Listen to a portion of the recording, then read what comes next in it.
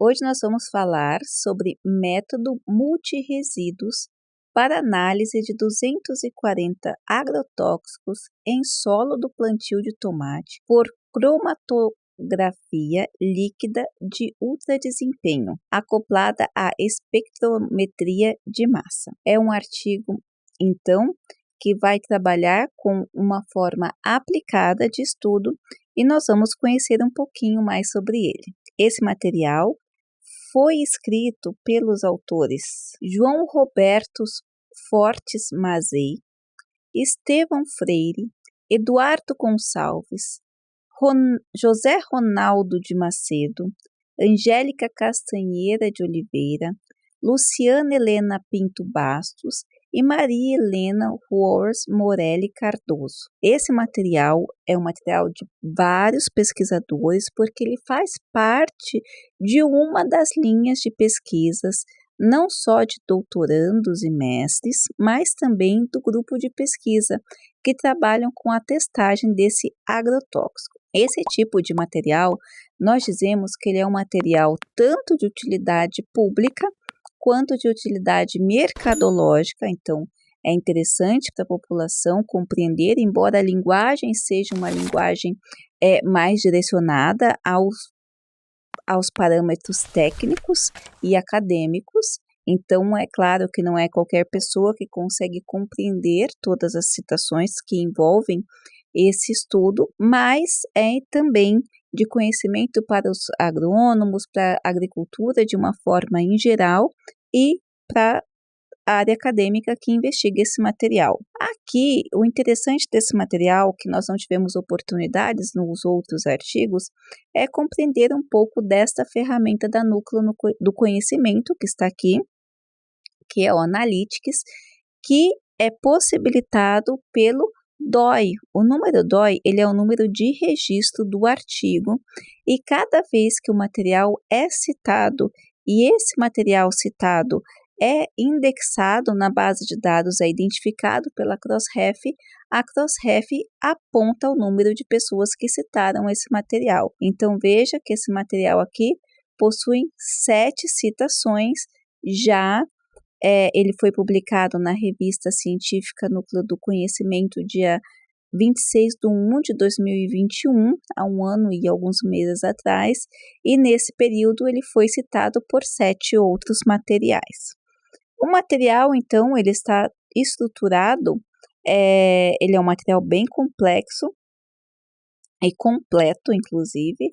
Ele está estruturado em introdução, resumo, contaminação de solos por agrotóxicos, os agrotóxicos e a cultura do tomate, o destino dos agrotóxicos no meio ambiente, o desenvolvimento, que é a aplicação, a metodologias, premissas, hipóteses e etapas do trabalho, as premissas, hipóteses, etapas do trabalho, os agrotóxicos selecionados para o estudo, o método de extração, levantamento bibliográfico sobre o método, a escolha das amostras, os reagentes, solventes e gases, os equipamentos, a otimização do método, considerando as condições cromatográficas e do espectrômetro de massa, os padrões analíticos, a validação do método, a determinação do solo branco de referência, o tratamento 1, o tratamento 2, o ensaio de fortificação para avaliação da exatidão do método, a otimização do estudo, a exatidão com a taxa de recuperação e precisão, a repetibilidade, considerações finais, referências e os apêndices.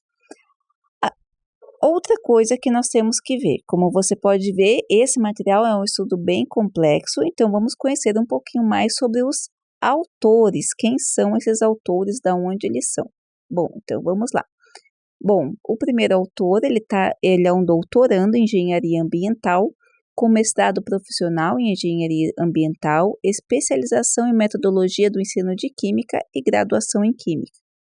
O segundo é o doutor em engenharia pelo Programa de Engenharia de Minas, Metalúrgica e de Materiais da Universidade Federal do Rio Grande do Sul.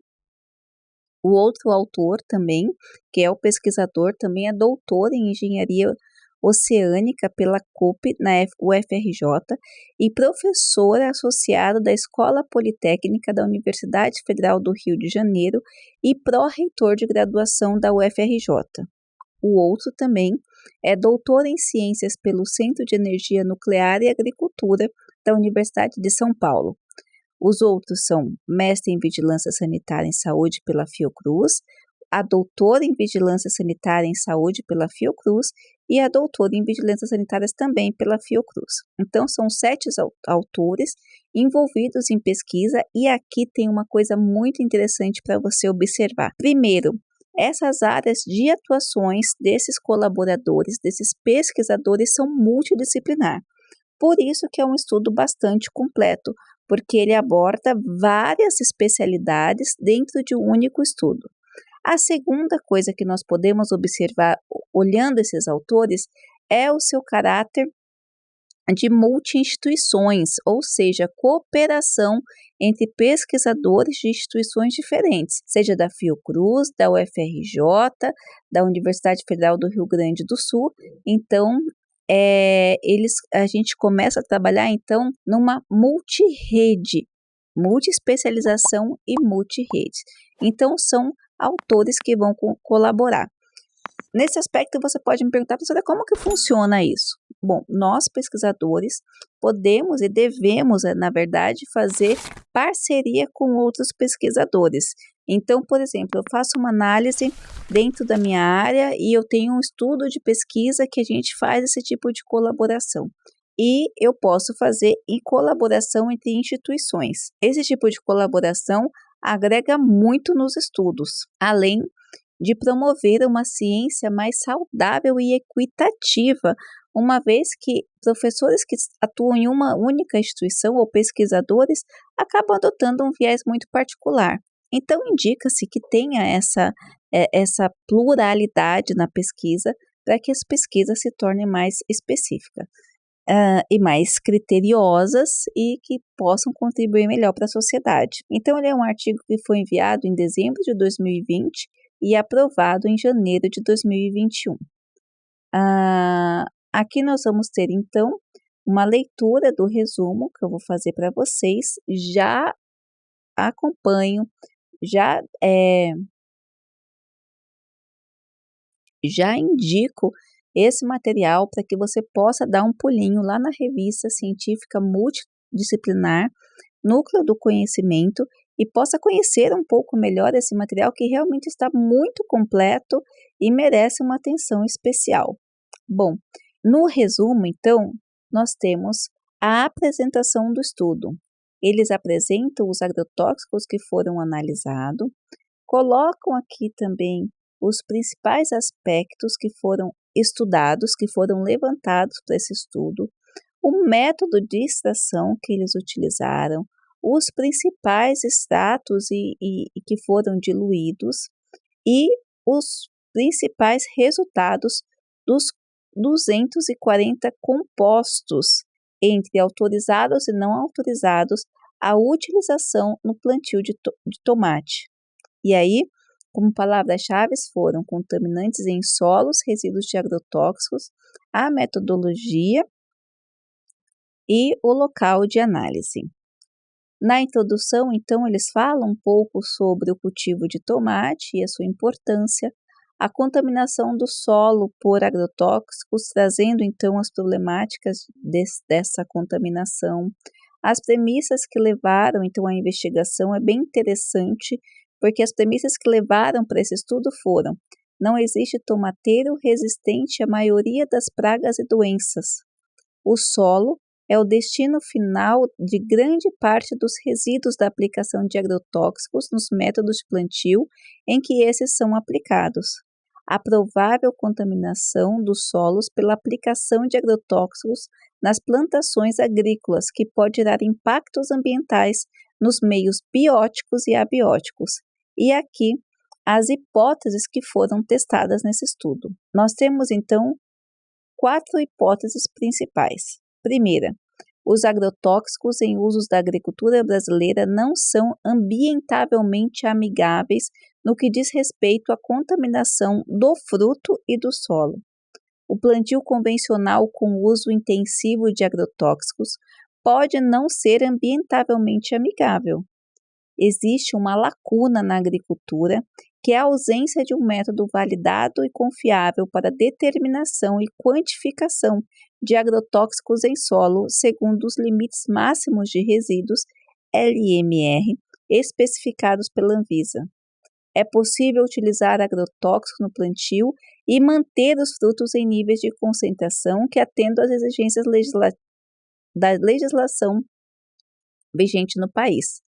O conhecimento de resíduos e contaminantes no solo é importante para o desenvolvimento de ações para melhorar o manuseio e o controle na produção agrícola e para reduzir tais contaminantes.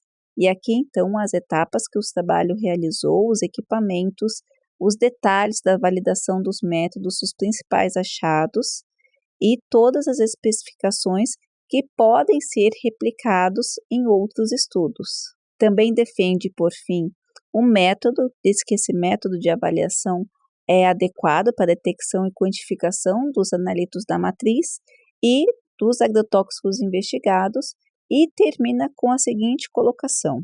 Em aspectos gerais, todas as amostras apresentam concentrações de agrotóxicos permitidas pelas monografias da Anvisa. Porém, os resultados obtidos para o plantio convencional, apesar de estarem dentro das conformidades exigidas, são mais elevados do que os valores obtidos para os plantios do sistema sustentável e orgânico. Entretanto, serve de alerta para a presença dos agrotóxicos na mesa da sociedade.